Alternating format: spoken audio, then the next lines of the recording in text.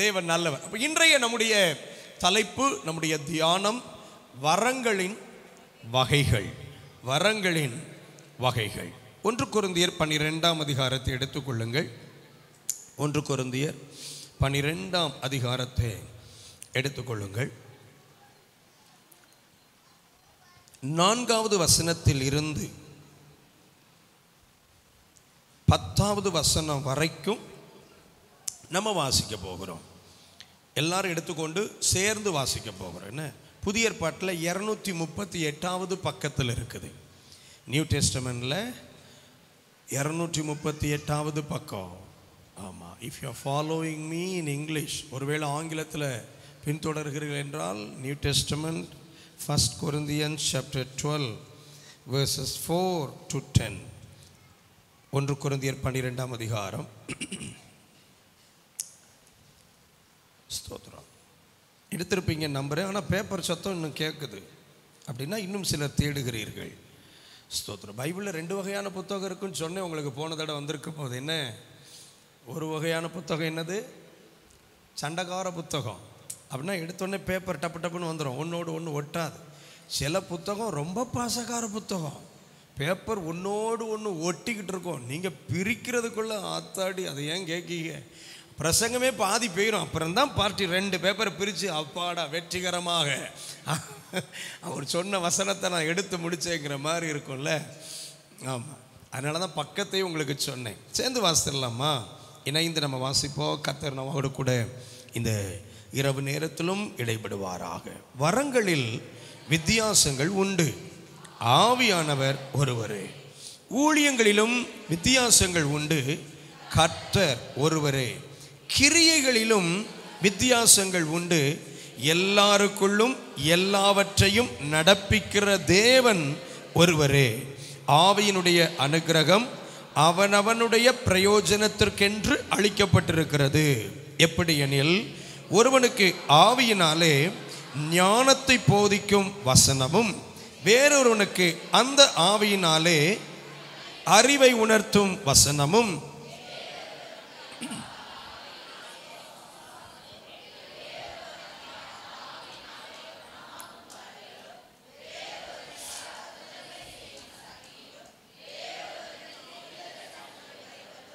வேறொருவனுக்கு ஆவிகளை பகுத்தறிதலும், வேறொருவனுக்கு பற்பல பாஷைகளை பேசுதலும், வேறொருவனுக்கு பாஷைகளை வியாக்கியானம் பண்ணுதலும் அளிக்கப்படுகிறது. 11ஐயும் சேர்த்து வாசிடுவோமா? இவைகளையெல்லாம் அந்த ஒரே ஆவியானவர் நடப்பித்து தமது சித்தத்தின்படியே அவனவனுக்கு பகிர்ந்து கொடுக்கிறார். ஹல்லேலூயா. வரங்களை குறித்து நம்ம கற்றுக்கொள்வதற்கு இதை விட தெளிவான ஒரு வேத பகுதி வேற எங்கேயும் இருக்கிறதாக எனக்கு தெரியவில்லை. நானும் தேடினேன் பல இடங்களில். ஸ்தோத்திரம். ஆனால் இந்த தலைப்புக்கு நாம் ஏற்றபடியான தேவ வார்த்தையை இந்த வசன பகுதியிலிருந்து நான் கண்டுகொள்ள முடிந்தது. ஆண்டவருடைய நாமம் மகிமைப்படுவதாக. ஸ்தோத்திரம். அழகா ஆவியானவர் நமக்கு கற்றுக் கொடுக்கிறார் பாருங்க. இவைகளை எல்லாம் ஒரே ஆவியானவர் நடப்பித்து தமது சித்தத்தின்படியே அவனவனுக்கு பகிர்ந்து கொடுக்கிறார். பகிர்ந்து கொடுக்கிறார். வரங்கள் ஒருத்தருக்குள்ளேயே ஒட்டு மொத்தமாக கர்த்தர் குத்தகைக்கு கொடுக்கிறது இல்லை. அதை நம்ம முதல்ல புரிஞ்சிக்கணும். சிலருக்கு ஆசை, 9 வரங்களும் என் மூலமாக செயல்படணும் ஆண்டவரே, 9 வரங்களும் செயல்படணும். ஆண்டவர் சொல்வார், ஒரு வரம் செயல்பட்டாலே ஒன்றைய கையில் பிடிக்க முடியலை. யோசித்து பாருங்க, ஒரு வரம் செயல்பட்டா, தீர்க்க தரிசனம் அப்படிங்கிற ஒரு வரம் மட்டும் நமக்குள்ள ஆக்டிவேட் ஆயிட்டுன்னு வைங்களேன், நம்ம ரொம்ப பிஸி ஆயிடுறோம், பயங்கர பிஸி ஆயிரும். செவ்வாய் வெள்ளி ஆனால் பாட்டில் தண்ணி அடைச்சிட்டு மக்கள் நம்மளை தேடி வர ஆரம்பிச்சிடுறாங்க. நீ நம்ம மந்திரம் ஓதி கொடுக்குற தண்ணியில் பெரிய வல்லமை இருக்குன்னு நினச்சி தோத்துறோம். நான் கொஞ்சம் இப்படித்தான் போவேன். என்ன, நீங்கள் என்னைய கொஞ்சம் பொறுத்துக்கணும். ஏன்னா இதெல்லாம் செய்யக்கூடாதுங்கிறதுக்காக நான் சொல்லுவேன். தோத்துறோம். உங்ககிட்ட வர இருக்குங்கிறதுக்காக செவ்வாய் வெள்ளி ஆனால் நீ ஒரு 100 மில்லி தேங்காய் எண்ணெய் வாங்கிட்டு வா, நான் அந்த எண்ணெயை மந்திரம் ஓதி தருவேன், அதை நீ பூசுனா அந்த எண்ணெயில் பெரிய வல்லமை இருக்குன்னு டுபாக்கூர் கதையெல்லாம் விட்டு நம்ம என்ன செய்யக்கூடாது, அனுப்பக்கூடாது. ஆனால் எதில் வல்லமை இருக்குன்னு நம்ம அப்புறம் கவனிப்போம். எதில் வல்லமை இருக்குது, அது எப்படி நமக்கு ஆக்டிவேட் ஆகும் அப்படிங்கிறத நம்ம கற்றுக்கொள்றது ரொம்ப அவசியமானது. ஸ்தோத்திரம், கர்த்தருடைய நாம மகிமைப்படுவதாக. இந்த தண்ணியை ஓதி கொடுக்கறது எல்லாமே நம்ம இந்த தீர்த்த தண்ணியெல்லாம் வாங்கிட்டு வராங்க பார்த்தீங்களா, இங்கேருந்து வந்ததாக்கும். தண்ணியை நான் ஓதித்தாரு, நீ தண்ணியை கொண்டு போய் வீட்டை சுற்றி செலுத்தினா உனக்கு என்ன வராது, பிசாசே வராது. நீங்கள் தண்ணியை கொண்டு தெளிக்கும் போதே பேய்க்கு நல்லா தெரியும் இது சரியான பயந்தாங்கொள்ளி, இது பக்கா பயந்தாங்கொள்ளின்னு தெரியும். ஏன்னா இது நம்பிக்கை எது மேலே வைக்குது, தண்ணி மேலே வைக்குது. நான் என்ன சொல்கிறேன், தண்ணி இல்லாட்டாலும் எண்ணெய் இல்லாட்டாலும் தேவ பிரசன்னத்தை கன்ஃபார்ம் பண்ணணும். அதான் ரொம்ப முக்கியமானது. தேவன் என் வீட்டில், தேவன் என் எல்கையில், கர்த்தர் என்னை சுற்றி இருக்கிறார், என் கூட இருக்கிறாருங்கிறத முதல்ல கன்ஃபார்ம் பண்ணணும். ஸ்தோத்திரம். இன்னைக்கு சாயங்காலம் கூட நான் வந்துட்டு இருக்கும்போதே ஒருத்தங்க ஃபோன் பண்ணாங்க, பிள்ளைக்கு 2 நாளாக உடல் சரியில்லை. ஆமாம் ஸ்தோத்திரம், என்னம்மா செஞ்சேன்னு கேட்டேன். பைபிள் எடுத்து இறுக்கி பிடிச்சிட்டு இருந்தேன் பாஸ்டர் அப்படின்னா. நான் சொன்னேன், நீ பைபிளை இறுக்கி பிடிச்சிட்டு இருந்து ஒன்றும் நடக்க போகிறது இல்லை. ஸ்தோத்திரம். அந்த பிள்ளை உடனே, அது எப்படி பாஸ்டர் பைபிளை பிடிச்சா பேய் வருமா, பேய்க்கு பைபிளே தெரியும்னே. நான் இயேசுநாதர்கிட்ட வந்து வசனத்தை சொன்னவன். அப்ப நான் பைபிளை இருக்க பிடிச்சிட்டு இருந்த பேய் போகுமா, போகாது. வசனம் என் வாழ்வாக மாறும்போது, வசனத்தை நான் மிகச்சரியாய் பயன்படுத்தும் போது சத்துருவை மேற்கொள்ளலாம். அல்லேலூயா, ஸ்தோத்திரம். சரி, இப்போ அதுக்காகத்தான் இந்த வசன பகுதிகளை நம்ம கவனிக்கிறோம். ஆமென். ஆண்டவருடைய அனுக்கிரகம் என்ன கொடுக்கிறாராம், பகிர்ந்து கொடுக்கிறாராம். வரங்களை பகிர்ந்து கொடுக்கிறார். தயவு செய்து எனக்குள்ள 9 வரமும் ஆக்டிவேட் ஆகணும்னு 40 நாள் உபவாசம் இருந்தீங்கன்னா 41ஆவது நாள் உங்களை அட்மிட் பண்ணுவாங்க. சரிதானா? 9 வரமும் வேணும்னு கேட்கக்கூடாது. ஆவியானவர்கிட்ட சொல்லணும், என்னை எந்த விதமான வரங்கள் மூலம் பயன்படுத்த விரும்புகிறீரோ அந்த வரங்கள் என் மூலம் செயல்படட்டும் ஆண்டவரேன்னு ஜெபம் பண்ணணும். அல்லேலூயா. முதல்ல வரங்கள் என்னன்னு பார்த்துக்கிடுவோம். அப்புறம் தான் வரங்களை எப்படி அடையாளம் காண்பது அப்படிங்கலாம் நமக்கு பின்பாக வரும், கற்றுக்கொள்ளலாம். என்ன ஸ்தோத்திரம். இப்போ ஆவியானவர் பகிர்ந்து கொடுக்கிறார் என்கிறத முதல்ல புரிஞ்சுக்கணும். இந்த ஒரு சத்தியத்தை நம்ம புரிஞ்சுக்கணும். தயவு செய்து என்கிட்ட 9 வரமும் ஆக்டிவேட் ஆகுது, என்கிட்ட 9 வரமும் ஆக்டிவேட் ஆகுதுன்னு ஒரு வடிகட்டின பொய்யை ஒட்டு மொத்தமாக என்ன செய்யக்கூடாது, சொல்லக்கூடாது. நம்ம இடத்தில் ஓரிரு வரங்கள் செயல்படலாம், மேபி 9 கூட செயல்படலாம்.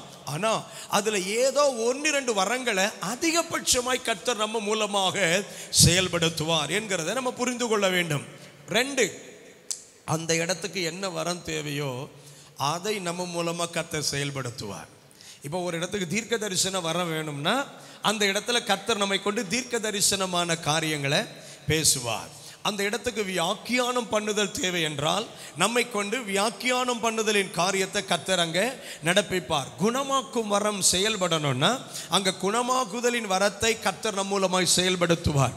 அப்போ அந்த இடத்துக்கு என்ன தேவையோ கர்த்தர் அதை நம் மூலமாய் செய்து முடிக்க விரும்புகிறார் என்கிறத நம்ம புரிந்து கொள்ள வேண்டியது அவசியம். சரி, இப்போ நம்ம வாசித்த இந்த வேத பகுதியில் 9 வரங்கள் நமக்கு முன்பாக வைக்கப்பட்டிருக்கிறது. என்னதெல்லாம்? 8, 9, 10 ஆகிய 3 வசனங்களை பாருங்க. ஆவியினாலே ஞானத்தை போதிக்கும் வசனம், இன்னொருவனுக்கு அறிவை உணர்த்தும் வசனம், இன்னொருவருக்கு விசுவாசம், இன்னொருவருக்கு குணமாக்கும் வரங்கள், இன்னொருவருக்கு அற்புதங்களை செய்யும் சக்தி, இன்னொருவருக்கு தீர்க்க தரிசனம் உரைத்தல், இன்னொருவருக்கு ஆவிகளை பகுத்தறிதல், இன்னொருவருக்கு பற்பல பாஷைகளை பேசுதல், இன்னொருவருக்கு பாஷைகளை வியாக்கியானம் பண்ணுதல். நீங்க கணக்கிட்டு பாருங்க, 9 வரங்கள் இந்த வேத பகுதிக்குள்ள நமக்கு கொடுக்கப்பட்டிருக்கிறது. தெய்வம் இந்த 9 வரங்கள் அடிப்படையிலாக்கும் இந்த ஆவியின் வரங்களை நமக்குள் செயல்படுத்தும்படிக்கு கர்த்தர் விரும்புகிறார். 9 வரங்கள் என்னென்ன நீங்க வரிசையா சொல்லிருங்க. 1, ஞானத்தை போதிக்கும் வசனம். 2வது, அறிவை உணர்த்தும் வசனம். 3வது, விசுவாசம். 4வது, குணமாக்கும் வரங்கள். 5வது, அற்புதங்களை செய்யும் சக்தி. 6வது, தீர்க்க தரிசனம் உரைத்தல். 7வது, ஆவிகளை பகுத்தறிதல். 8வது, பற்பல பாஷைகளை பேசுதல். 9வது, பாஷைகளை வியாக்கியானம் பண்ணுதல். 9 வரங்களை இந்த வேத பகுதி நமக்கு முன்பாக காட்டுகிறது. ஆண்டவர் தம்முடைய வல்லமையை வரங்கள் மூலம் காண்பிக்க விரும்புகிறார். கனிகளுக்கும் வரங்களுக்கும் இருக்கிற ஒரே சிம்பிள் வித்தியாசம் என்னன்னா, கனிகள் தெய்வீக சுபாவத்தை வெளிப்படுத்தும், வரங்கள் தெய்வீக வல்லமையை வெளிப்படுத்தும். ஸ்தோத்திரம், அல்லேலூயா. கனிகள் தெய்வீக சுபாவத்தை, காட்ஸ் ஓன் நேச்சர், கர்த்தருடைய இயல்பான சுபாவம் என்னது என்கிறதை கனிகள் வெளிப்படுத்தும். வரங்கள் கர்த்தருடைய வல்லமை எவ்வளவு பெரியது என்கிறதை விளங்க பண்ணும். ஆண்டுடைய நாமத்திற்கு மகிமை உண்டாவதாக. ஸ்தோத்திரம். நம்ம 9 வரங்களையும் ஒவ்வொன்றாக பார்க்க போகிறோம். ஸ்தோத்திரம். 9 வரங்களையும் ஒவ்வொன்றாக பார்க்க போகிறோம். ஆனால் அதற்கு முன்பாக இந்த 9 வரங்களும் 3 பகுதிகளாக பிரிக்கப்பட்டிருப்பதை நீங்க பார்க்க முடியும். என்ன, 9 வரங்களையும் ஒவ்வொன்றாக அல்ல, 3 பிரிவுகளாக இந்த வரங்கள் பிரிக்கப்பட்டிருக்கதை பார்க்க முடியும். 1, பேசும் வரங்கள். பேசும் வரங்கள். ஆமென், ஸ்தோத்திரம். முதல் வகை என்ன வகை வரங்கள்? சத்தமா சொல்லுங்க, பேசி சொல்லுங்க. ஆமாம், இதை கூட வாய் திறந்து சொல்லலைன்னா வரங்கள் செயல்படுறது கஷ்டம். என்ன, அப்போ வாய் ரொம்ப முக்கியமானது. இந்த வரங்களுக்கு வாய் ரொம்ப முக்கியமானது. ஸ்தோத்திரம். பக்கத்தில் பார்த்து சொல்லுங்க, வாய் ரொம்ப முக்கியமானது. ஆமாம், வரங்கள் செயல்படுத்த விரும்புகிறவர்கள் வாய் மேல ரொம்ப கவனம் எடுக்கணும். ஹலோ, வரங்கள் செயல்படணும் விரும்புனா வாயை வாடகைக்கு கொடுக்கணும். வாடகைக்குன்னு கூட நான் சொல்லல, மொத்தமா எழுதி கொடுத்துடணும் ஒருத்தருக்கு. நல்ல ஒரு ஆமேன்னு சொல்லுங்களேன். உங்க வாயை அவர் கண்ட்ரோலுக்கு கொடுக்க ஆயத்தம்னா வரங்களை அவர் செயல்படுத்த ஆயத்தமாக. ஒரே கிணற்றிலிருந்து தித்திப்பான தண்ணீரும் கசப்பான தண்ணீரும் வர முடியாது. ஆனால் ஆச்சரியத்திலும் ஆச்சரியம் என்னன்னா, ஆலயத்தில் வந்தா இந்த கிணத்துலேருந்து அப்படி நல்ல தண்ணியாக பாயுது. வீட்டுக்கு போனால் எங்கள் ஊரில் ஒருத்தர் சொல்லுவார், பாஸ்டர் என் பொண்டாட்டி சபையில் அந்நிய பாஷை பேசுகிறா, ஊருக்கு வந்துட்டா அந்நியர் பாஷையெல்லாம் பேசுகிறா. புரிந்து கொள்ளுங்கள், நீங்கள் அதை வியாக்கியானம் பண்ணிக்கோங்க. என்ன, அந்நியர் பாஷை, புறஜாதியான் பேசுறதெல்லாம் விட பயங்கரமாக பேசுகிறா பாஸ்டர். ஆனால் சபைக்கு வந்தா எனக்கே நம்ப முடியல, நம்ம மனைவி தானாடா இது, அடா அடேங்க அப்பா அப்படின்னு என்ன செய்ய வேண்டியிருக்குது, பார்க்க வேண்டியிருக்கு. அப்போ வாய் ரொம்ப முக்கியம். அதனால தான் நான் இந்த வரங்களை முதல்ல கொண்டு வர்றேன். பேசும் வரங்கள். இன்னொரு முறை சொல்லிருங்க. ஆண்டவரே, யாரெல்லாம் வாய் திறந்து பேசுகிறாங்களோ அவங்களுக்கு மட்டும் இந்த வரங்கள் ஆக்டிவேட் ஆகட்டும். ஆண்டவரே தோத்துரும், அல்லேலூயா. அப்போ இங்கே இல்லாமல் வேற எங்கேயும் பேசலாமா? ரெண்டாவது ஒரு ஜெபம் பண்ணிடுவோம். இங்கே பேசாதவர்கள் வாழ்நாள் முழுக்க இனி எங்கேயும் பேசாது இருப்பார்களாக. ஆண்டவரே ஸ்தோத்திரம். அப்படியே ஒரு லாக்கு போடுவோம். அல்லேலூயா. ஆமாம், ரைட். அப்போ ஆண்டவர் நமக்கு முதல்ல காண்பிக்கிற வரங்கள் என்ன வரங்கள்? பேசும் வரங்கள். 3 வரங்கள் பேசும் வரங்களாக நமக்கு முன்பாக இருக்கிறது. ஒன்று தீர்க்க தரிசனம். ஒன்று தீர்க்க தரிசனம். எழுதிக்கோங்க. நம்ம அடுத்து ஒன்று ஒன்றா நம்ம கவனிப்போம். என்ன, கொஞ்சம் பேர் எழுதுறீங்க, கொஞ்சம் பேர் எழுதாமல் இருக்கிறீங்க, ஏனென்று தெரியவில்லை. ஸ்தோத்திரம், ரைட். ஆனால் கவனிங்க. எழுதுகிறவர்கள் எழுதுங்கள், எழுதாதவர்கள் கவனியுங்கள். ஸ்தோத்திரம். காரணம், நான் கடைசியில் எழுதாதவர்கள்ட்ட தான் கேள்வியே கேட்பேன். ஆத்தாடி, தெரியாமல் வந்து இன்னைக்கு மாட்டிக்கிட்டோமே, வேற வழி இல்லை. இன்னைக்கு நீங்கள் என்னை சகிச்சுத்தான் ஆகணும். ஆமாம், கர்த்தர் நல்லவன். ஆமாம், தேவன் நாம மகிமைப்படுவதாக. அப்போ முதல்ல என்ன வர சொன்ன? பேசும் வரத்தில் முதல் வரம் தீர்க்க தரிசன வரம். இரண்டாவது ஆமேன் பற்பல பாஷைகள். பற்பல பாஷைகள் இரண்டாவது வரம், பற்பல பாஷைகள். ஸ்தோத்திரம், கர்த்தர் நல்லவன். அந்நிய பாஷை அது ஒன்று, இது பற்பல பாஷை. என்ன, ஸ்தோத்திரம். ஆவியில் நிரம்பி நம்ம அந்நிய பாஷையில் பேசுகிறோம் இல்லையா, அதுவும் உண்டு. ஆனால் இது பற்பல பாஷை என்கிற வரம், இது ஒரு வரமாகவே செயல்படும். பல பாஷைகளை பேச முடியும். ஆவியில் நிரம்பி ஆவியானுடைய நடத்துதலினாலே பல பாஷைகளை பேச முடியும். ஆதாரம் இருக்குது, நான் உங்களுக்கு வசனத்தின்படி காட்டுறேன். சரி, மூன்றாவது பேசும் வரம். மூன்றாவது பேசும் வரம் வியாக்கியானம் பண்ணுதல். வியாக்கியானம் பண்ணுதல். என்ன வியாக்கியானம் பண்ணுதல்?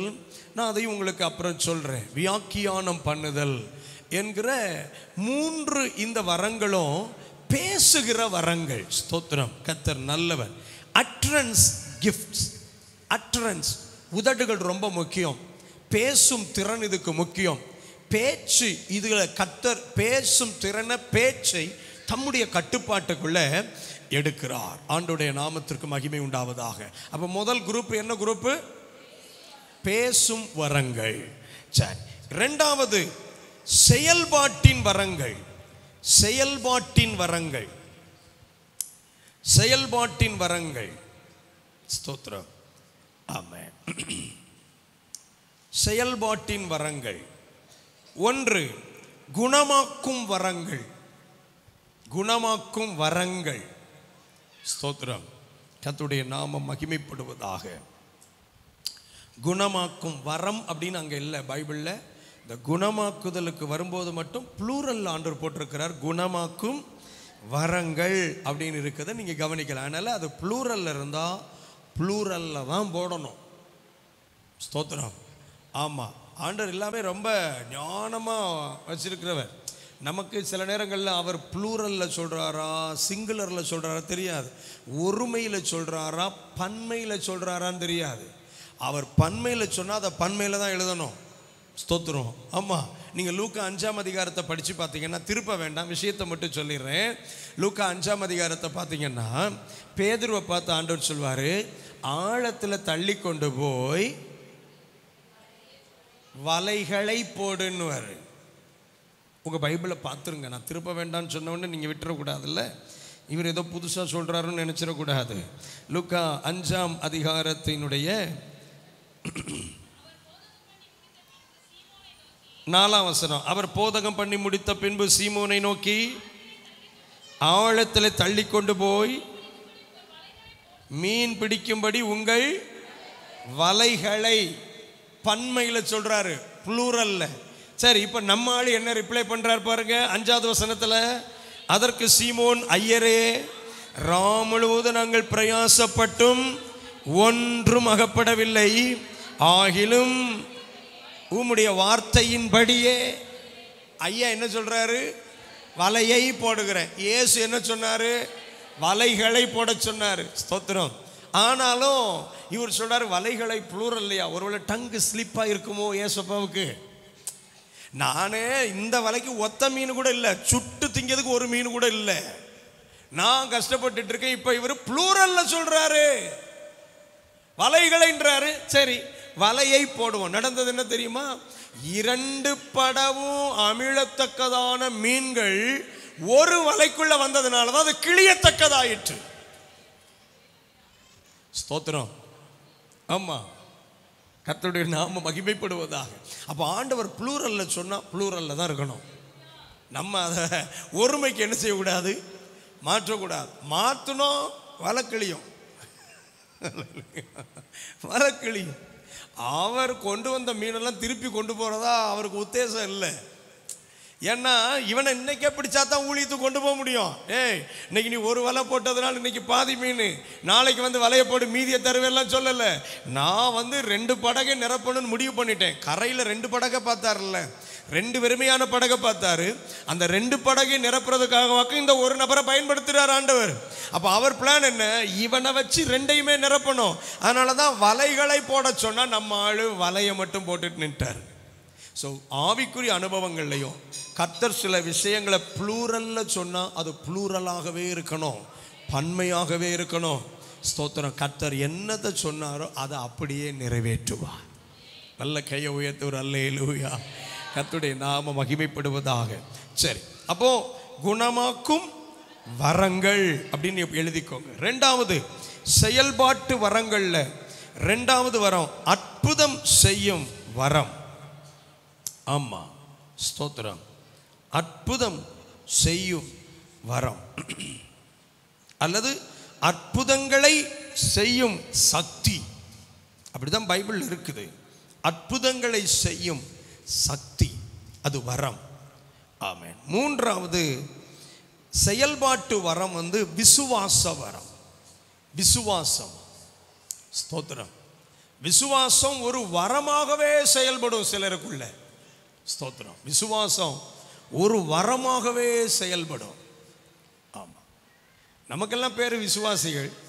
ஆனால் துரதிர்ஷ்டவசமா நமக்கு அதான் இருக்காது. எதான் இருக்காது? அதான் வண்டி ஓட்ட தெரியாத டிரைவர்கள் மாதிரி இல்லை? ஆமாம். தோசை சுட தெரியாத மாஸ்டர் மாதிரி. ஸ்தோத்திரம். டீ போட தெரியாத குடும்ப பெண் மாதிரி. அப்படி வச்சுக்கலாம். நிறைய உதாரணங்கள் சொல்லிக்கிட்டே போகலாம். நான் ஒரு நல்ல குடும்ப பெண். எப்படிங்க? வெண்ணி நல்லா போடுவேங்க. சரிங்க. அப்புறம் டீ அதெல்லாம் நமக்கு வராதுங்க. டீ தூளை மொத்தமாக கொட்டி போடுவேங்க. சீனிக்கு பதிலாக உப்பள்ளி போட்டு போடுவேங்க. அப்படிங்கிற நல்ல குமாரத்திகள் இருக்கிற காலத்திலாக்கும் நம்ம வாழ்ந்துக்கிட்டு இருக்கிறோம். ஆமாம். ஒரு பிள்ளைகிட்ட கேட்டேம்மா, இப்படியே இருந்தால் எப்படி இருப்ப? அதெல்லாம் வர்றவனுக்காக ஜோம் பண்ணிட்டு இருக்கேன் பாஸ்டர், அவனுக்கு நல்ல சமையல் தெரியணும்னு. அவன் ஃபெய்த் எப்படி போகுது பாருங்களேன்.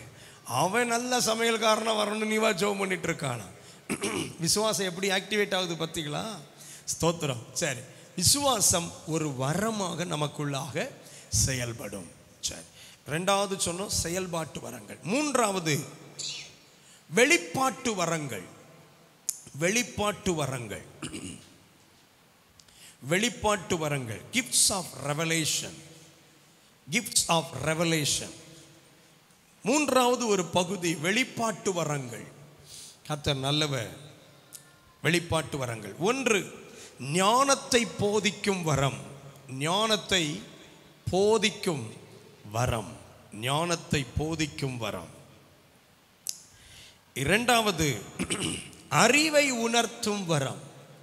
அறிவை உணர்த்தும் வரம். அறிவை உணர்த்தும் வரம். மூன்றாவது, ஆவிகளை பகுத்தறியும் வரம்.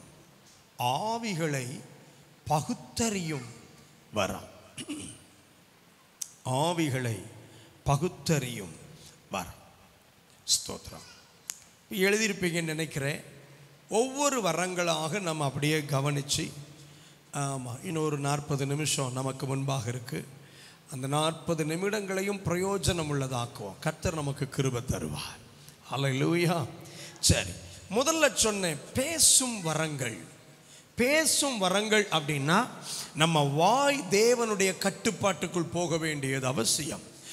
எந்த மனிதன் தன் நாவை தேவனுடைய கட்டுப்பாட்டுக்குள் கொடுக்கிறானோ அந்த மனிதனை கொண்டுதான் இந்த பேசும் வரங்களை தேவன் செயல்படுத்த முடியும். உதாரணத்திற்கு ஏசாயா 6வது அதிகாரத்தில் உயரமும் உன்னதமான சிங்காசனத்தில் வீற்றிருக்கிற அந்த ராஜாவை ஏசாயா கண்டபோது அவர் சொன்ன வார்த்தை, ஐயோ, நான் அசுத்த உதடுகளுள்ள மனுஷன்.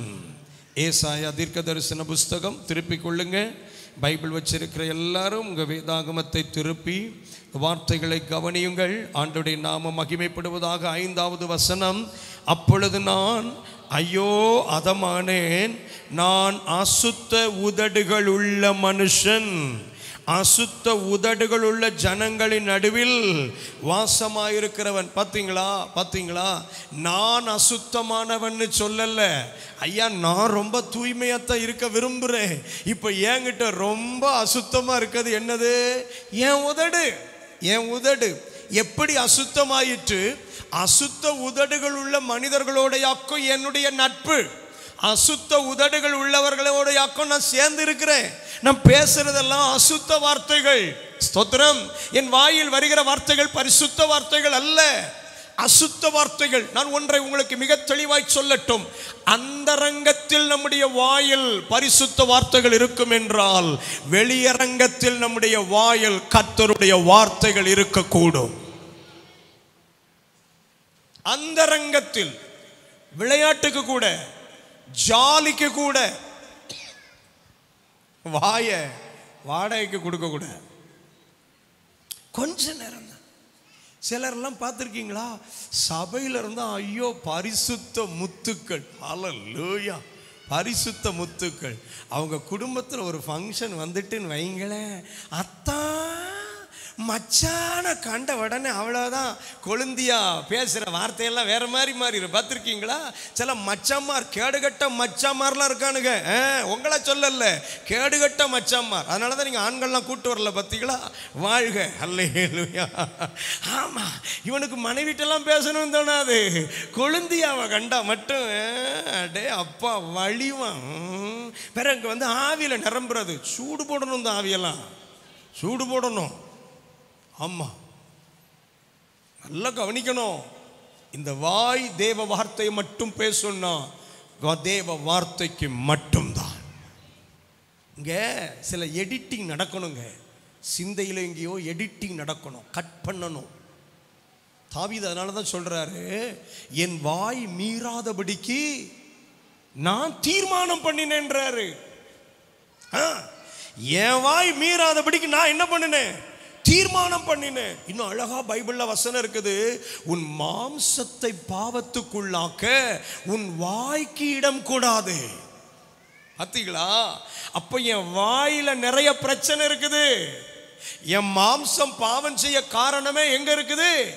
வாய் தான். வாய் தான். இந்த வாயால தான் நான் நிறைய கிருபைகளை இழந்து போகிறேன், நிறைய தேவ திட்டத்தை நாசமாக்குகிறேன். இன்றைக்கு இரவு ஆவியானவர் மிக தெளிவாக நான் ஜெபிக்கும் போது எனக்கு சொன்னது தான், வாயை குறித்து கவனமாயிரு. எனக்கு சொன்னது நான் உங்களுக்கு சொல்றேன், அவ்வளவுதான். உங்களை நான் பழித்தோ இடித்தோ பேச வரல. நான் தியானிக்கும் போது ஆண்டவர் எனக்கு சொன்னது, உன் வாயை காத்துக்கொள், உன் வாயை காத்துக்கொள். ஸ்தோத்திரம். வார்த்தையை விட்டுறாத. வார்த்தையில நன்மாதிரியாயிரு, வார்த்தையில முன்மாதிரியாயிரு. ரெண்டும் தேவை. நன்மாதிரியா இருக்கணும். சிலர்லாம் முன்மாதிரிங்கிறது. ஆனா மனைவிக்கு தான் தெரியும் இவர் என்னெல்லாம் பேசுவார்னு, கணவருக்கு தான் தெரியும் மேடம் என்னெல்லாம் அளக்கும்னு. நன்மாதிரியாவும் இருக்கணும், முன்மாதிரியாவும் இருக்கணும். ஸ்தோத்திரம். பேசிட்டு நம்ம அப்ளிகேஷன் கொடுத்து ரிட்டர்ன் வாங்க முடியாது. ஆமா, நம்ம ஊரில் சொல்லுவாங்கல்ல, ஸ்தோத்திரம், தீயினால் சுட்ட புண் என்ன செஞ்சிருமா? உள் ஆறி விடுமா. ஆனால் நாவினால் சுட்ட புண் ஆறாதுன்னு அப்பமே திருவள்ளுவர் கண்டுபிடிச்சிருக்காரு, பைபிளை படித்ததுனால. அல்ல, நம்மளும் ஒரு வருஷத்தில் பைபிளை 7 தடவை முடிக்கும். ஆனால் ஏனோ இதை கண்டுபிடிக்க மாட்டேக்கும். நம்ம கிட்ட வந்து எதுக்கு அந்த விஷயத்தை சொல்றாங்கன்னா, நம்ம தான் அந்த விஷயத்தை ஊதி ஊதி பெருசாக்குவோம். நம்ம தான் அந்த விஷயத்தை இன்னும் அனல் மூட்டி விடுவோம். நம்ம தான் இதை 4 பேருக்கு அனுப்புவோம். தெரியும். ஸ்தோத்திரம். ஆமா, சூரியன் எஃப்எம்ஏ நம்ம தானே அவங்களுக்கு தெரியும்ல. விஷயம் தெரிஞ்சுதான் பார்ட்டி நம்மகிட்ட வந்து தகவலை போட்டுட்டு போகுது. இந்த அக்கட்டை போட்டிருக்கேன், நாளைக்கு சாயங்காலத்துக்குள்ள எல்லா வாட்ஸ்அப்புக்கும் போயிடும். கவலைப்படாத, எல்லா வாட்ஸ்அப்புக்கும் போயிடும். உனக்கு மட்டும் சொல்லியிருக்கேன், உனக்கு மட்டும் சொல்லியிருக்கேன், உனக்கு மட்டும் சொல்லியிருக்கேன், அவளை மட்டும் சொல்லிடும். வாய் தான பிரச்சனை. இப்போ எனக்கு சுவிசேஷம் இவ்வளவு ஸ்பீடா நான் சொல்லலையே, இயேசுவின் அன்பை இவ்வளவு ஸ்பீடா நான் சொல்லலையே, நான் கண்ட நன்மையை நான் சொல்லல, ஆனா நான் கண்ட தீமையை என்ன ஸ்பீடா ஸ்ப்ரெட் பண்றேன். இதை சொன்னாதாக்கா எனக்கு தூக்கம் வரும் அப்படின்றோம். ஆனா ஆண்டவர் நம்ம கிட்ட எதிர்பார்க்கிறது என்ன தெரியுமா? வாயை காக்கிறவன் அப்படிங்கிற ஒரு பேர் நமக்கு வேணும்.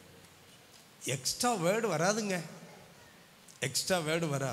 இந்த ஆவியின் வரங்கள் இந்த குறித்து தியானிக்கிற இந்த வேளையில் நாவ கர்த்தருடைய முழுமையான கட்டுப்பாட்டுக்குள் கொடுக்க கர்த்தர் கிருபை தருவாராக, கர்த்தர் கிருபை தருவாராக. சில நேரம் நினைக்கிறோம் தெரியுமா, ஏன் ஆண்டவர் என்னை பயன்படுத்தலை? ஆண்டவர் சொல்றார், உன் வாய் இஷ்டத்துக்கு பயன்படுது. அவன் நினைச்சா உன் வாயை பயன்படுத்துறான். நீ நிறைய பேருக்கு வாயா இருக்கிறப்பா. You are the mouth to many. நீ நிறைய பேருக்கு வாயா இருக்கிற.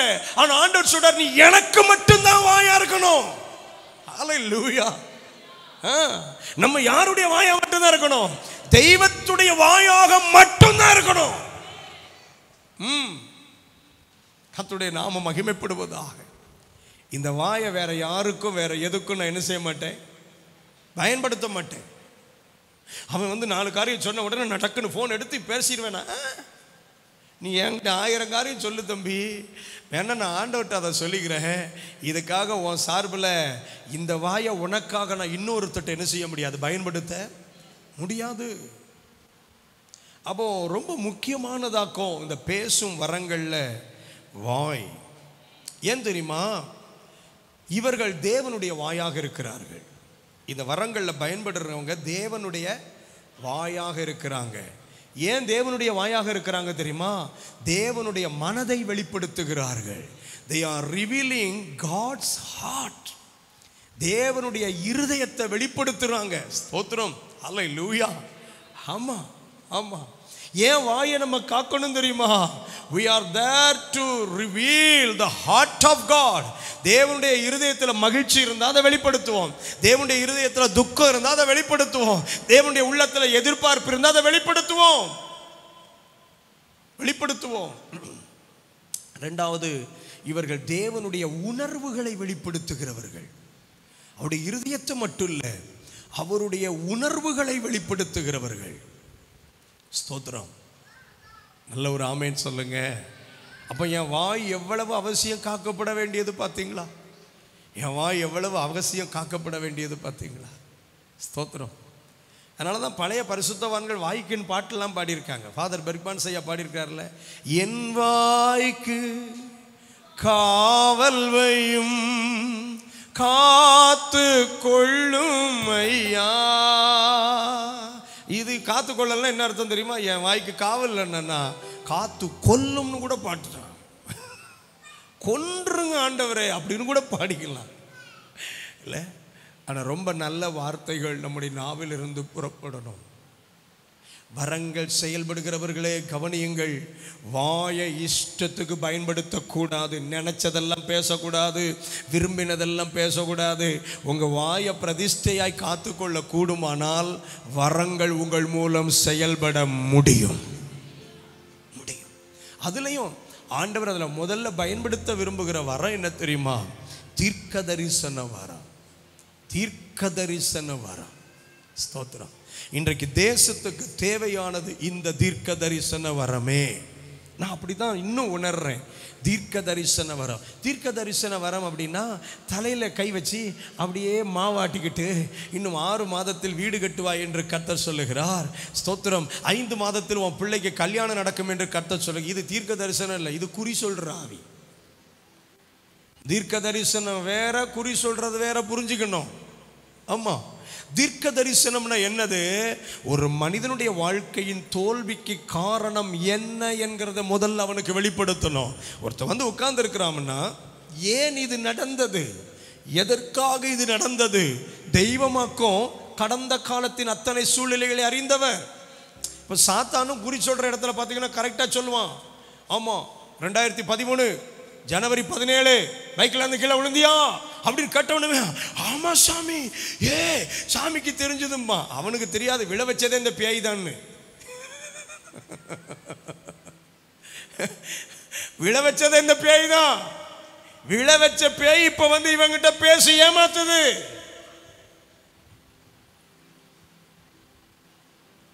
நமக்கு சில சந்தேகம் வருது பார்த்தீங்களா?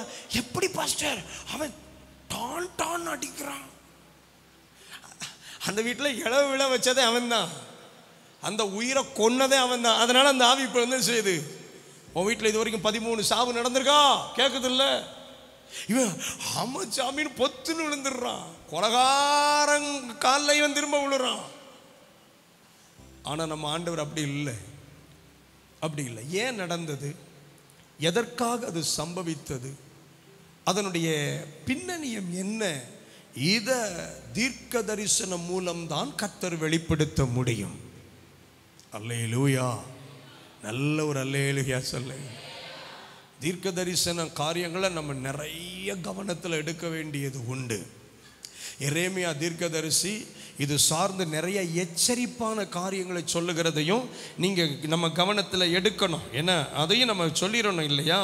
என்னோடு உங்கள் கரத்தில் இருக்கிற வேதாகமத்தை எரேமியா தீர்க்க தரிசன புஸ்தகத்துக்கு நேராக திருப்பிக் கொள்ளுங்கள்.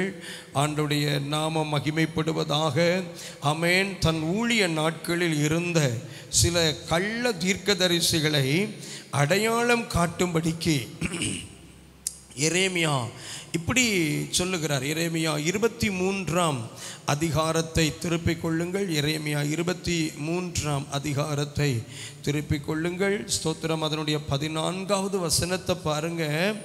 எருசலேமின் தீர்க்கதரிசிகளிலும் திடுக்கிடத்தக்க காரியத்தை காண்கிறேன். அப்போ தீர்க்கதரிசிகளிடத்திலும் திடுக்கிடத்தக்க காரியங்கள், கீழே படித்து பார்த்தா நம்ம மிரண்டு போகிற அளவுக்கான காரியங்களாக அங்கே இருக்குது. நான் தீர்க்கதரிசிகள் எல்லாரையும் இப்படி என்று நான் சொல்லவில்லை. தீர்க்க தரிசன ஊழியத்தை விரும்புகிறவர்கள் கவனிக்க வேண்டிய முதல் காரியம் பரிசுத்தம். அதனால தான் அங்கே ஆண்டவர் சொல்றார், விபச்சாரம் பண்ணின்னு சொல்றாரு. ஸ்தோத்திரம். நம்ம ஆண்டவர்கிட்ட என்ன ஒரு பெரிய விஷயம் தெரியுமா? ஒரு முறை நமக்கு ஒரு வரத்தையோ ஒரு கிருபையோ கொடுத்துட்டாருன்னா திருப்பி எடுக்க மாட்டார். அதான் நம்ம ஆண்டவர்கிட்ட இருக்கிற பெரிய பிரச்சனையே. ஹலோ, என்னைய கவனிக்கிறீங்களா? ஒரு முறை நம்ம தேவ சமூகத்தில் விழுந்து கிடந்து ஒரு வரத்தையோ ஒரு கிருபையையோ பெற்றுக்கொண்டோம்னா திரும்ப எடுக்க மாட்டார், திரும்ப எடுக்க மாட்டார். இன்னைக்கு நிறைய பேருடைய வண்டி இந்த ஒரு கிருபையை வச்சாக்கும் ஓடிக்கிட்டு இருக்குது. ஸ்தோத்திரம். ஆனால் ஒரு விஷயத்தை நம்ம கவனிக்கணும், ஒரு விஷயத்தை கவனிக்கணும். பெற்றுக்கொண்ட கிருபைக்கு பாத்திரவானா நான் நடக்கலன்னா கொடுத்த கிருபையை எடுக்க மாட்டாரு, ஆனா அடுத்து கிருபை கொடுக்க மாட்டார். இந்த வாக்கியத்தை நல்லா கவனிக்கணும். பெற்றுக்கொண்ட கிருபைக்கு நான் பாத்திரவானாக நடக்காவிட்டால் கொடுத்த கிருபையை கர்த்தர் எடுக்க மாட்டாரு, ஆனா அடுத்த கிருபை கொடுக்க மாட்டாரு. ஊழியமோ விசுவாச பாதையோ whatever it might be, நம்ம நினைச்சிட்டு இருக்கோம் அவன் இவ்வளவு தப்பு பண்றான், ஆனால் அவன்கிட்ட கிருபை அவன்கிட்ட ஆக்டிவா இருக்குன்னு என்ன அர்த்தம் தெரியுமா? இவன் தவறு செய்ய முன்பு பெற்ற கிருபை அது, பாவத்தில் விழ முன்பு பெற்ற கிருபை அது. அப்ப காத்து கிடந்தான், 1 வருஷம் கிடந்தான், 2 வருஷம் கிடந்தான், உபவாசம் இருந்தான், அழுதான், தேவ பாதத்தை பிடிச்சிருந்தான், அப்ப கொடுக்கப்பட்ட கிருபை, அப்ப கொடுக்கப்பட்ட கிருபை. இன்னைக்கு பொண்டாட்டியை விட்டுட்டு இன்னொருத்தைய கூட்டிட்டாலே அப்பமும் பாட்டு வரும். ஏன்னா இது இப்ப கிடைச்ச கிருபை இல்ல, அப்பம் கிடைச்ச கிருபை. எனக்கு இதெல்லாம் கொஞ்சம் யோசிக்கும் போது கொடுத்ததை டக்குன்னு புடுங்குன்னு நல்லா இருக்கும் ஆண்டவர் எல்லாம் தோணுது. ஆனா அவர் என்னைக்குமே கொடுத்ததை திருப்பி வாங்குற பழக்கம் அவருக்கு கிடையாது. ஆனா என்ன தெரியுமா? அடுத்த கிருபை தர மாட்டார், அடுத்த கிருபை கிடைக்காது. லைஃப் முழுக்க இதிலே ஓட்டி கொண்டு போக வேண்டியிருக்கும். பெரிய கஷ்டம்.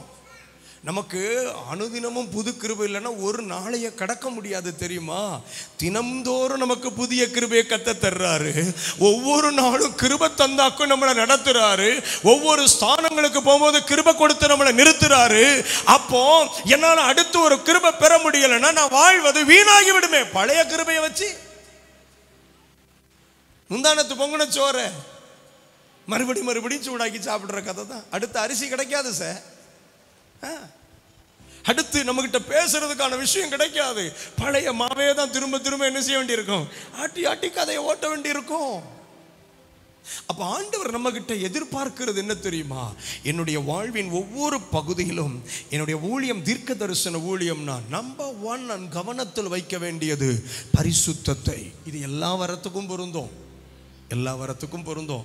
ஆனா தீர்க்க தரிசன வரம் ரொம்ப ஜனங்களை அட்ராக்ட் பண்ணும்,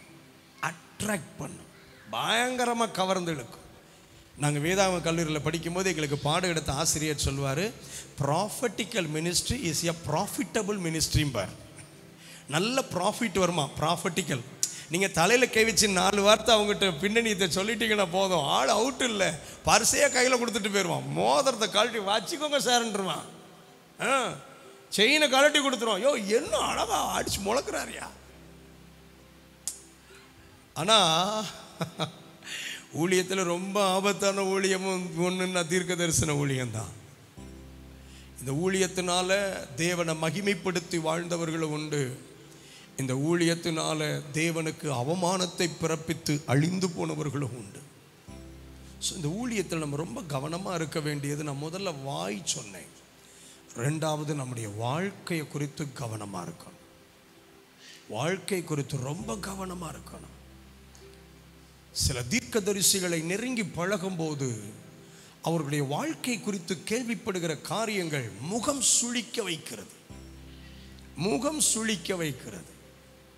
நான் நிறைய சொல்வேன், ஆனால் அது குறை சொல்லும் ஊழியமாக மாறிடும். எனக்கு அந்த ஊழியத்தை ஆண்டவர் தரல, ஆனால் எச்சரிக்கும்படிக்கு சொல்லுகிறேன். எங்கள் பகுதியில் சில அம்மாமாருக்கு இந்த கிருபை இருக்குது, அம்மாமாருக்கு கிருபை இருக்குது. ஆனால் நடந்தது என்ன தெரியுமா? கர்த்தர் தந்த கணவனை பிஏவா மாற்றிட்டாங்க.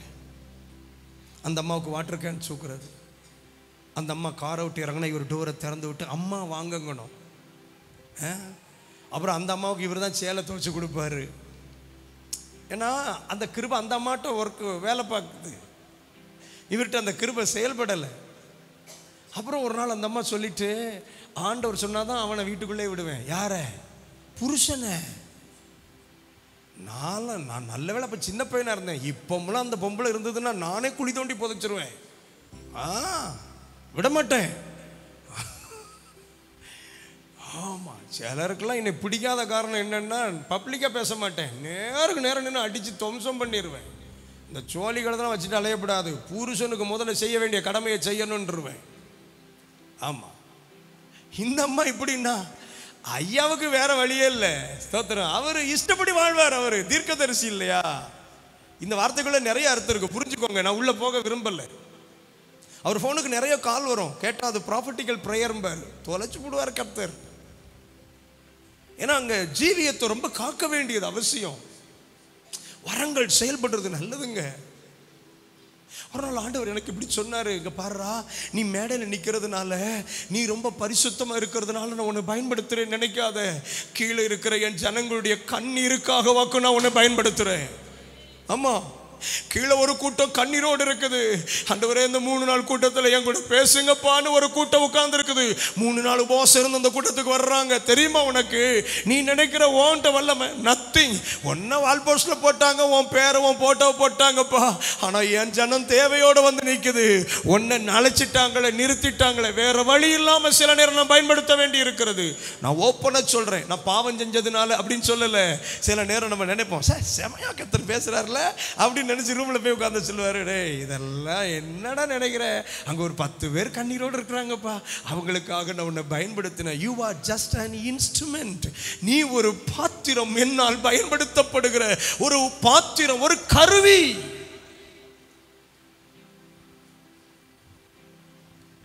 அப்போ இந்த தீர்க்க தரிசன ஊழியமாகட்டும், எந்த ஊழியமாகட்டும், வார்த்தையில் எப்படி கவனமோ அதை மாதிரி வாழ்க்கையிலும் கவனத்துக்கு நான் முக்கியத்துவம் கொடுக்கணும். வார்த்தை, வாழ்க்கை. கீழே நிறைய இருக்குது, இதே போன நேரம் ஆகிட்டே இருக்கும். நம்ம ஒன்று தான் அதுக்குள்ளே நான் போக வேண்டிய விஷயங்களுக்குள்ளே போகலை. ஆனால் தீர்க்க தரிசனம், தீர்க்க தரிசி தன் வாழ்க்கையில் ரொம்ப சாட்சியை காக்க வேண்டியது அவசியம். தீர்க்கதரிசி எலிசா சூனேம் ஊரில் இருக்கிற ஒரு வீட்டுக்கு போவார். அவரா போகிறது இல்லை, அங்கே இருக்கிற ஒரு கனம் பொருந்திய ஸ்திரீ, ஐயா நீங்கள் என் வீட்டில் வந்து சாப்பிடணும், என் வீட்டில் வந்து சாப்பிடணும்னு கூப்பிடுவாங்களாம். சாப்பிட்றதுக்கு, ஸ்தோத்திரம், சாப்பிட்றதுக்கு தான் சில முறை அந்த வீட்டுக்கு அந்த தீர்க்கதரிசி போயிருக்கிறார். ஆனால் அந்த வீட்டில் இருக்க அந்த பெண்மணி சொன்ன சாட்சி என்ன பார்த்தீங்களா? நம்மிடத்தில் வந்து போகிற தேவனுடைய மனுஷனாகிய இவர் பரிசுத்தவான் என்று காண்கிறேன். என்ன அழகான ஒரு சாட்சி பார்த்தீங்க, தீர்க்கதரிசி. ஆனால் என்ன சாட்சி பார்த்தீங்களா? பரிசுத்தவான். வந்தது எதுக்கு? சாப்பிட்றதுக்கு. கிடைச்ச பேர் என்ன? அப்போ நம்ம சாப்பாடு கூட நம்ம யாருங்கிறத தீர்மானிக்குது. ஹலோ, ஆமா, நல்லா கவனிக்கணும். வரங்கள் செயல்படுறது நல்லது. சிலர் நல்ல வரங்கள் செயல்படும், சாப்பாட்டில் தான் பேரை கெடுத்துக்கிடுவாங்க. நான் ஊழியத்தில் நிறைய பேரை பார்க்குறேன். நான் சின்ன பையனாக இருக்கும்போது திருநெல்வேலியிலேருந்து ஒரு தபேலாக்காரர் வருவார். எங்கள் அப்பா நல்லா பாடுவாங்க, அதனால் எங்கள் அப்பா அந்த தபேலா பீட் சம்மந்தமான பாட்டில் சூப்பராக பாடுவாங்க. அப்போ அந்த தபேலாக்காரர் வருவார், அடங்கப்பா உருட்டி பரட்டி எடுத்துருவார் தபேலாவில் பாட்டு. எங்கள் அப்பா பாட்டு 50%, அவர் தபேலாவில் இன்னொரு 50% தூக்கி விட்டுருவார். அடேங்கப்பா முடித்தவொடனே அவர் அடுத்தடுத்த கூட்டத்துங்களை கூடுவாங்க, என் கூட்டத்துக்கு வாங்க, இங்கே வாங்க வாசிங்கன்னு சொல்லுவாங்க. ஆனால் சாப்பிட உட்காந்துட்டாருன்னு வைங்களேன்,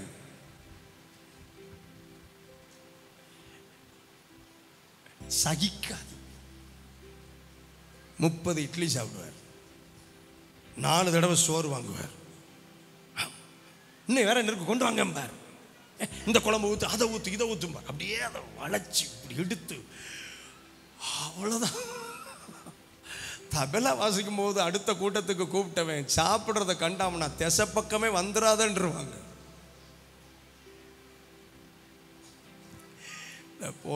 போன மாதம் ஏரலில் கூட்டம் முடிச்சு போகிறேன். அதிகாலையில் அவர் தபேலாவோட திருநெல்வேலியில் நின்னார். எனக்கு அதாக்கு ஞாபகம் வந்தது. ஆஹா, இவர் நினைவு வந்துட்டப்பா, நல்ல டேலண்ட் உள்ள மனுஷன், ஆனால் சோத்து மண்டி இல்லை இவர். நம்ம சாப்பிட்ற உணவு ரொம்ப கவனமாக இருக்கணுங்க. உணவில் கவனமாக இருக்கணும்.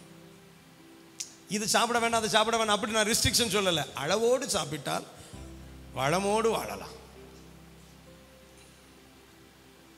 ஆமாம். ஒருத்தர் கேட்டார், பாஸ்டர் தொப்பையை குறைக்கிறதுக்கு என்ன செய்யணும்? நான் சிம்பிளாக சொன்னேன், வயிற்றுக்குள்ளே போடுற குப்பையை குறைக்கணும். குப்பையை குறைச்சா தொப்பை குறையும். இல்லை, ரொம்ப சிம்பிள், அவ்வளோதான். கிடைச்சதெல்லாம் ஸ்தோத்திரம். சிலுவையை போட்டு உள்ளே போடுறது. எங்கள் சித்தப்பா ஒருத்தர் தான், சூப்பராக பஜனை பாடுவார். ஜெபதாஸ் தங்கராஜான், எங்கள் ஊர் தான், பாவூர் சுத்திரம் தான், பயங்கரமாக. அவருக்கு உப்புச்சத்து நோய் வந்தது, ஆனாலும் எல்லாம் சாப்பிடுவார். நான் சொன்னேன், சித்தப்பா இப்படி சாப்பிடக்கூடாது, போயா உனக்கு தெரியாதியா பிள்ளை, சித்தப்பா எல்லாம் சிலுவை போட்டு தான் சாப்பிடுதேன். நான் சும்மா சொன்னேன், சித்தப்பா ஒரு நாள் சிலுவை போட்டே உள்ளே வச்சு விடுவாங்க உங்களை, என்ன உள்ள வச்சு மேலே சிலுவையை வச்சு விடுவாங்கன்னு. சீக்கிரத்தில் செத்து போயிட்டார். எனக்கு போய் சித்தப்பா இறந்துட்டாருன்னு கேட்டவொடனே ஆத்தாடி உள்ள வச்சு சிலுவையை வச்சு விடுவாங்கன்னு சொன்னோமே, அப்படி அதான் நினைவுக்கு வந்தது. அதனால எல்லாத்தையும் சிலுவையை போட்டு சாப்பிட்டேன்னா என்ன செய்யப்படாது. எனக்கு அது என்ன ரொம்ப யோசிக்க வச்சு. தீர்க்கதரிசி ஒரு வீட்டுக்கு போகிறாரு, சாப்பிட்றதுக்கு தான் போறாரு. குடும்பம் எனக்கு கொடுத்த சாட்சி பார்த்தீங்களா? பரிசுத்தவா சாப்பாட்டில் மட்டும் இல்லை, இன்னும் கொஞ்சம் உள்ள கூர்ந்து கவனிச்சு பார்த்தீங்கன்னா, இப்போ கேஆசிட்ட சொல்லுவார், அவளை கூப்பிடு, அவளுக்கு ஏதோ ஒரு தேவை இருக்கிற மாதிரி உணர்றேன்னு கூப்பிட்டு சொன்னா தீர்க்கதரிசிக்கு முன்னதான் அவன் நிற்பா. ஆனா கேஆசியை கூப்பிட்டு சொல்லுவார், அவளுக்கு என்ன தேவைன்னு கேளு. இப்போ பாருங்களேன், நேர நிற்கும் போது யார் பேசியிருக்கலாம்? இவரே பேசியிருக்கலாம். ஆனால் பேசலை, தன் அசிஸ்டண்ட்டை வச்சு பேசி கேட்க சொல்கிறார். அந்த அம்மா சொல்கிறதுக்கு முன்னாடி கேஆசியே சொல்கிறான், உமக்கு தெரியாதா தீர்க்கதரிசியை, இவங்களுக்கு குழந்தை இல்லை. அப்படின்னா என்ன அர்த்தம்? கேஆசி நேர் எதிர்மாறான ஆள். ஏன் ஆண்டவர் கேஆசியை பயன்படுத்தலை தெரியுமா? ஒரு வீட்டுக்கு போனால் அந்த வீட்டினுடைய காரியத்துக்குள்ள தலையை நுழைக்கப்படாது. ஹலோ, நம்ம வீட்டுக்குள்ளே நுழைஞ்சா நேர கிச்சனில் அல்லது பெட்ரூமில் போய் நிற்காது. கிச்சனில் போய் நின்று இன்னைக்கு என்ன குழம்பு அப்படிங்க தூக்கி உள்ளே போட்டுறணும். பானைக்குள்ளே கொதிக்க குழம்புக்குள்ளே உள்ளே போட்டு முக்கி போடணும் அந்த ஆவிகள் எல்லாம்.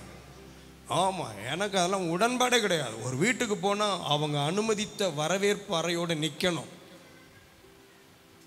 நீங்களாம் உட்காந்து பார்க்குறத பார்த்தா நான் சரியானதே பேசுகிறேன் என்று எனக்கு தோன்றுகிறது. அவன் எதுவும் குழம்பு வைக்காம போகிறான். எக்கா என்ன மீன் வாங்கின, இல்லைன்னா நீனு வாங்கி கொடுக்க போறியா 4 கிலோ மீன்? நம்ம போயிருக்கதே கொஞ்சம் டம்ளரில் வாங்கிட்டு வர்றதுக்காக. அந்த வேலை கழுதெல்லாம் வைக்கக்கூடாது, என்னைக்கு வைக்கக்கூடாது. ஸ்தோத்திரம். ஏன்னா நான் இதெல்லாம் யோசித்தேங்க, இதெல்லாம் எழுதி வைக்கல. நான் 9 பேசணும்னு நினச்சேன், ஆனால் இதெல்லாம் சொல்லணும்னு ஆவியானவர் கொண்டு போகிறதுனால சொல்கிறேன். என்ன பிரயோஜனம் இல்லைன்னா கை தூக்கி காட்டிருங்க. பாஷா இது எனக்கு ஒரு துளி பிரயோஜனம் இல்லைன்னு சொல்லுங்க, நான் மறுபடியும் முதல்ல இருந்தே வருவேன். இல்லை, அப்போ நம்ம வருகிற இடங்களில் ஒரு வீட்டுக்கு 10 தடவை போயிருக்கிறேன். நான் எப்பவுமே யோசிச்சு பார்ப்பேன், 2 தடவை நம்ம போகும்போது நமக்கு நல்ல சாட்சி இருக்கும். பார்த்துக்கலாம், என்ன அமைதியாக இருக்காங்க. உதாரணத்துக்கு நம்ம பிள்ளைங்க அடுத்த வீட்டுக்கு போனா அடி வச்ச இடத்துல உட்காரம், பாரா இப்படி இருக்கும்டா பிள்ளைம்பாங்க. நமக்கு தான் தெரியும் நம்ம பெத்தது என்னதுன்னு. சொல்லுவோம், வாலில்லாத டேஸ் சார் இதெல்லாம். ஆனா இந்த வீட்டுக்கு வந்ததுனால இப்போ எப்படி இருக்குது? எங்க வீட்டுக்கு வந்து பாருங்க, ஐயோ கூரையெல்லாம் மேயும். தடவை போகும்போது நல்ல சாட்சி தான். ஆனால் 10 முறை 15 முறை வந்ததுக்கு அப்புறமும் நம்முடைய சாட்சியை காக்க வேண்டியது ரொம்ப முக்கியம். அல்லேலூயா. அப்போ ஒரு தீர்க்க தரிசன கிருபை இருக்குன்னா வார்த்தையும் காக்கணும், வாழ்க்கையையும் காக்கணும். உங்க மேல தீர்க்க தரிசன பிரதிஷ்டை இருக்குன்னா கடைசி வரைக்கும் அதை காக்கணும். ஆமென். சரி, 2வது அந்த பேசும் வரங்கள்ல 2வது பாருங்களேன், பற்பல பாஷைகள். ஒரு மனிதன் சில வகையான பாஷைகளை பேச முடியும். சில வகையான பாஷைகளை. ஆவிக்குரியவன் பொதுவாகவே மனிதன் நிறைய பாஷை பேசுவான். நம்ம தமிழர்களாக இருக்கனால என்ன பேசுகிறோம்? தமிழ் பேசுகிறோம். ஸ்தோத்திரம். நம்ம மட்டும் அமெரிக்காவில் பிறந்திருந்தா என்ன செஞ்சுருப்போம்? ஆங்கிலம், அமெரிக்கன் இங்கிலீஷில் சும்மா அடி நுனிநாக்கில் பேசியிருப்போம். ஸ்தோத்திரம். கர்த்தர் நல்லவன். ஆமாம், அமெரிக்கர்களுக்கெல்லாம் ஆசை இவங்கள மாதிரி தமிழ் பேசணுமே, நமக்கு தான் அவங்கள மாதிரி ஆங்கிலத்தில் பேசணும்னு மோகம். ஸ்தோத்திரம். அல்லேலூயா. சரி, மொழி கற்றுக்கொள்வது நல்லது. நான் எப்போவுமே சொல்வேன், பல மொழி கற்றுக்கொள்வது நல்லது. இப்பெல்லாம் நான் என்னையே ரொம்ப நொந்துக்கிறேன். ஏன் தெரியுமா? ஹிந்தி படிக்காமல் போயிட்டேனே. ஆமாம், மலையாளம் படிக்காமல் போயிட்டேனே. ஸ்தோத்திரம். கேரளாவிலேருந்து எனக்கு இது வரைக்கும் வந்து ஒரு 13 கூட்டத்தை நான் இழந்திருக்கிறேன் தெரியுமா? ஏன் தெரியுமா? எனக்கு மொழிபெயர்க்க ஆள் கிடைக்கல. மொழிபெயர்க்க ஆள் கிடைக்கல. 13 மீட்டிங். இப்போ யோசித்து பார்க்குறேன், 13 இடங்கள்ல ஆண்டுடைய வார்த்தையை பேசியிருக்கலாமே. இந்தியாவில் பல மாநிலங்களுக்கு வந்த பல பெரிய அழைப்புகள் எல்லாம் எனக்கு தட்டி போயிருக்கு. ஏன்னா ஹிந்தி தெரியாது. நம்ம ஹிந்தி தெரியாது போடாங்கிறோம். ஆண்டவரும் சொல்லுவார், உன்னைய வேற எங்கேயும் பயன்படுத்த மாட்டேன், போடா, தமிழ்நாட்டுக்குள்ளேயே சுற்றி வாடா. நான் என்னையத்தான் சொல்கிறேன். மற்றவங்களுக்குள்ள நம்ம மொழியை திணிக்க வேண்டாம், நான் கற்றுக்கொள்ளணுமே. உங்கள் பிள்ளைகளுக்கு பல மொழிகளை கற்றுக் கொடுங்க. Let them learn. மொழிகள் நல்லது. நல்ல ஒரு அல்லேலூயா சொல்லுங்க. மொழிகள் நல்லது. ஆனால் ஆவியில் நிரம்பி நாம் பேசுகிற போது கர்த்தர் நமக்கு பற்பல பாஷைகளை கொடுக்கிறார். பற்பல பாஷைகள். உதாரணத்துக்கு அப்போஸ்தலர் நடபடிகளை திருப்பி கவனிச்சு பாருங்க. அப்போஸ்தலர் நடபடிகளின் புஸ்தகம் 2வது அதிகாரம் 2வது அதிகாரத்தில் ஸ்தோத்திரம். ஆமென். அதனுடைய 11வது வசனத்தை பாருங்கள். கிரேத்தரும் அரபியருமாகிய நாம் நம்முடைய பாஷைகளிலே இவர்கள் தேவனுடைய மகத்துவங்களை பேச கேட்கிறோமே. ஏறக்குறைய 17 பாஷைகள் அங்கு சொல்லப்பட்டிருக்கு. 17 group of people, 17 group of people. 17 வகையான ஜனங்கள் அங்கே இருக்கிறாங்க. மேல் வீட்டறையில் இருந்த 120 பேருக்கும் இந்த மொழிகளுக்கும் சம்பந்தமே இல்லை. இவங்க பரிசுத்த ஆவியில் நிரம்பின போது ஆமென் அவங்க சொல்றாங்க, இவர்கள் நம்முடைய பாஷைகளிலே தேவனுடைய மகத்துவங்களை பேச கேட்கிறோமே. ஸ்தோத்திரம். என்ன அழகான ஒரு விளக்கம் பார்த்தீங்களா?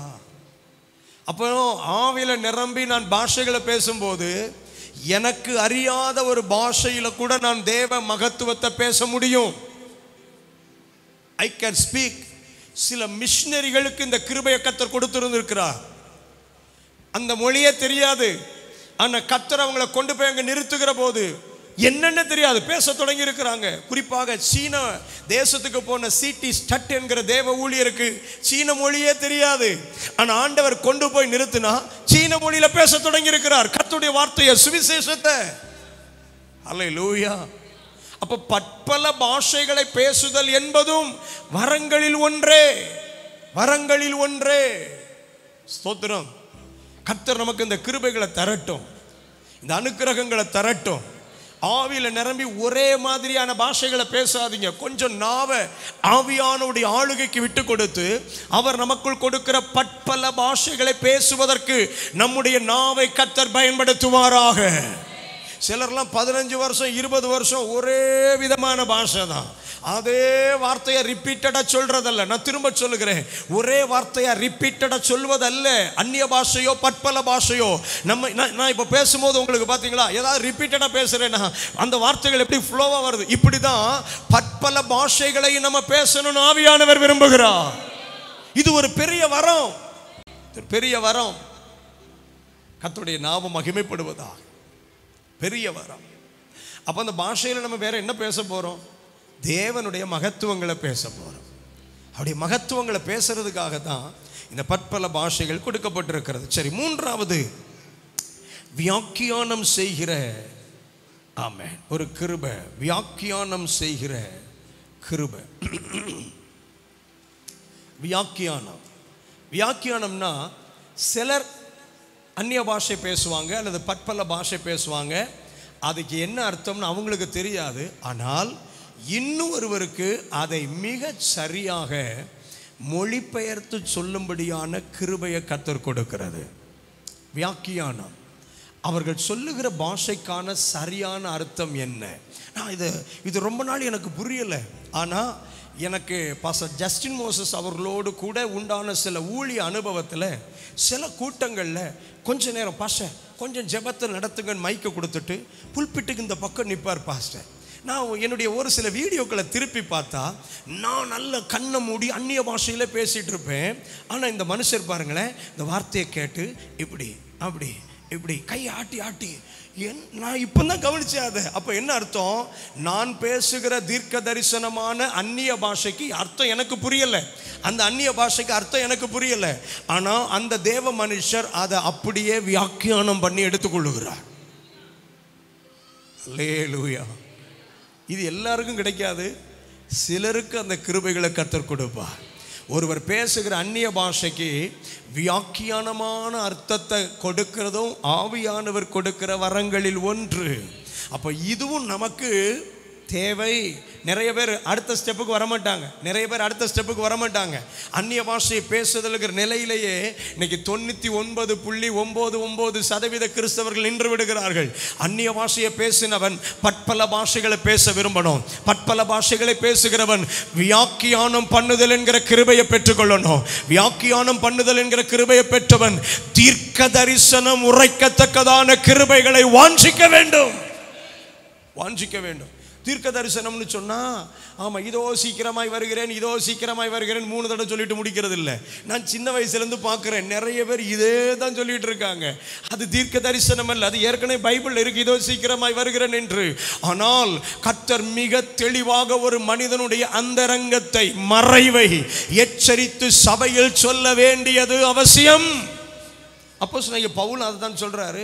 நீங்கள் சபையில் கூடி வரும்போது ஒருத்தனுடைய தீமையை, ஒருத்தனுடைய அந்தரங்கத்தை கர்த்தர் பப்ளிக்கில் தீர்க்க தரிசனமாக சொன்னால் பயபக்தி உண்டாகுமே, தெய்வத்தை தேடணுங்கிற ஒரு பயம் உண்டாகுமேன்னு சொல்கிறாரு இல்லையா? இன்னைக்கு நமக்கெல்லாம் தீர்க்க தரிசனம்னா வீடு கட்டுவே, கார் வாங்குவே, உயர்வே, மகனே உன் கையில் கட்டுக்கட்டாக கர்த்தர் பணத்தை கொடுக்கிறதை காண்கிறேன். தோத்திரம், அல்லேலூயா. இயேசுநாதர் என்னைக்கு தான் ரிசர்வ் பேங்க் ஆஃப் இந்தியா தொடங்கினாருன்னு தெரியல. அல்லேலூயா. இல்லை, ஏதோ ஒன்று அடிச்சு விடணும். சில கூட்டங்களுக்கு என் கூட சிலர் ஊழியத்தில் இருப்பாங்க பாருங்களேன், அவங்க சொல்லுவாங்க ஏதாவது சொல்லுங்க பாஸ்டர். எனக்கெல்லாம் அவன் சங்க கடிச்சு துப்புணுன்னு வரும். ஏதாவது சொல்லதுக்காக வந்திருக்கேன். அவர் சொன்னா சொல்லணும், சொல்லாட்டா சும்மா இருக்கணும். நீங்க ஏன் சும்மா இருக்கீங்கன்னு தெரியல. ஆமா, இந்த பேசும் இந்த வரங்கள்ல நம்ம இதுகளெல்லாம் ரொம்ப கவனத்தில் எடுக்க வேண்டியது அவசியம். சரி, ரெண்டாவது வரங்கள் என்ன சொன்னோம்? செயல்பாட்டு வரங்கள். ஸ்தோத்திரம். அதுல முதல்ல நம்ம கவனிக்கிறது குணமாக்கும் வரங்கள். ஸ்தோத்திரம். குணமாக்கும் வரங்கள். ஆண்டவருடைய அற்புத நாமம் மகிமைப்படுவதாக. குணமாக்கும் வரங்கள். அப்போஸ்தலர்களை கொண்டு தேவன் பிரத்யட்சமாக செய்ய தொடங்கின ஊழியம் குணமாக்கும் வரங்கள். அப்போஸ்தலர் 3ஆம் அதிகாரத்தில் எவ்வளவு ஓப்பனா இந்த கிரியைகளை ஆண்டவர் நடப்பிக்கிறார் பாருங்க. அப்போஸ்தலர் 3ஆம் அதிகாரத்தை எடுத்துட்டீங்கன்னா அவங்க தேவ ஆலயத்துக்கு போகிறாங்க. ஸ்தோத்திரம். அப்போது தன் தாயின் வயிற்றிலிருந்து சப்பானியாய் பிறந்த ஒரு மனுஷனை சுமந்து கொண்டு வந்தார்கள்.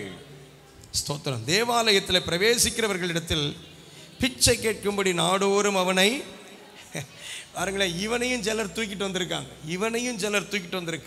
நான் எப்பவுமே சொல்லுவேன், நம்மளை தூக்கிட்டு வராங்கங்கிறதுக்காக எல்லாரையும் நல்லவங்கன்னு நினைக்கப்படாது. என்ன, இந்த மனுஷனை தூக்கிட்டு வந்தவன் எதுக்கு வச்சிருக்காங்க?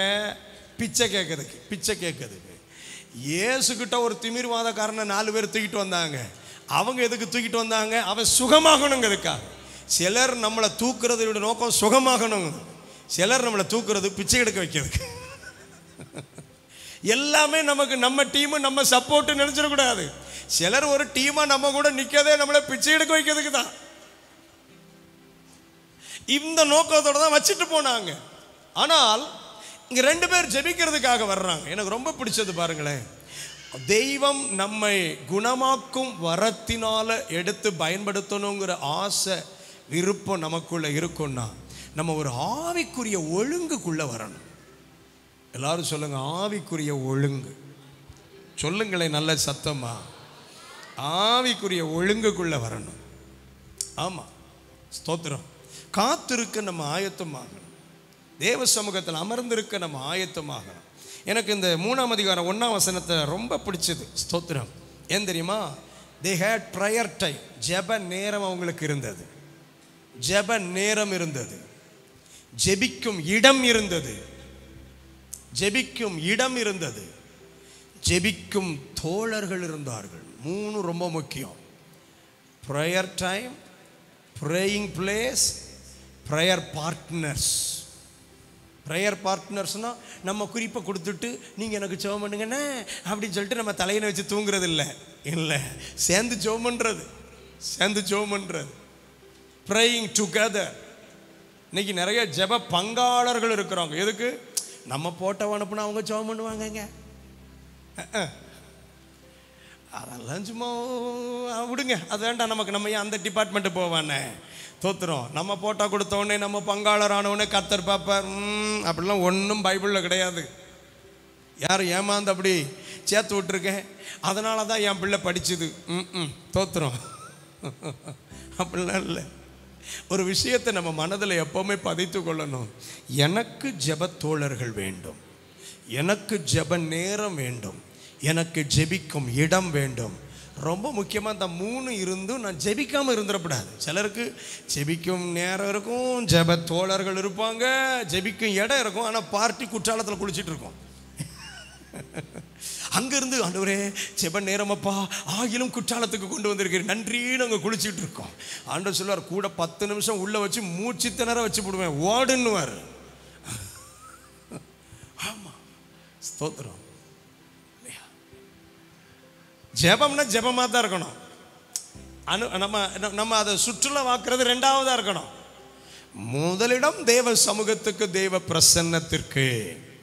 நல்ல ஒரு ஆமேன்னு சொல்லுங்க. அல்லேலூயா.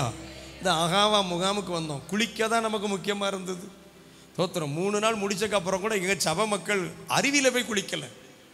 ஆமாம், நான் விடலை, தாமதமாச்சு. இதுக்கு மேலே இவங்களெல்லாம் நிறுத்திட்டு இருந்தால் சரியாக வராது, கிளம்புங்க வீட்டுக்கு.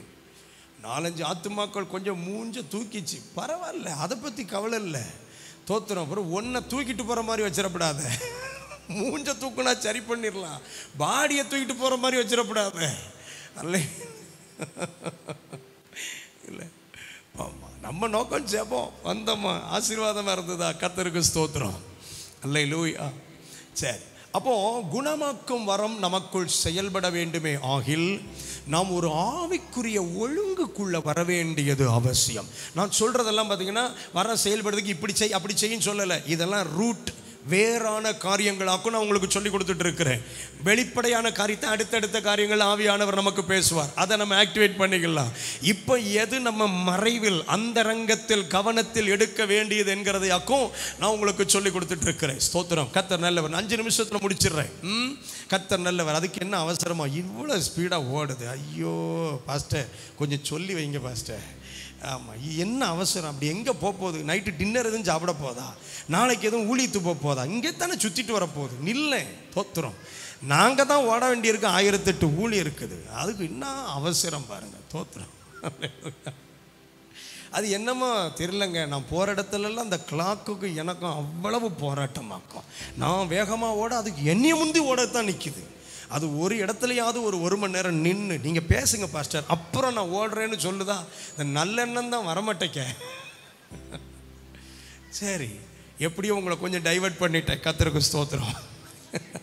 கவனிங்க. அப்போ தெய்வம் நம்மை கொண்டு குணமாக்கும் வரங்களை செயல்படுத்த விரும்புகிறார். குணமாக்கும் வரங்கள் செயல்படுத்தக்கூடிய காரியத்தில் நம்ம முதல்ல கவனிக்க வேண்டியது ஆவிக்குரிய ஒழுங்கு. ஸ்தோத்திரம். ஆவிக்குரிய ஒழுங்கு.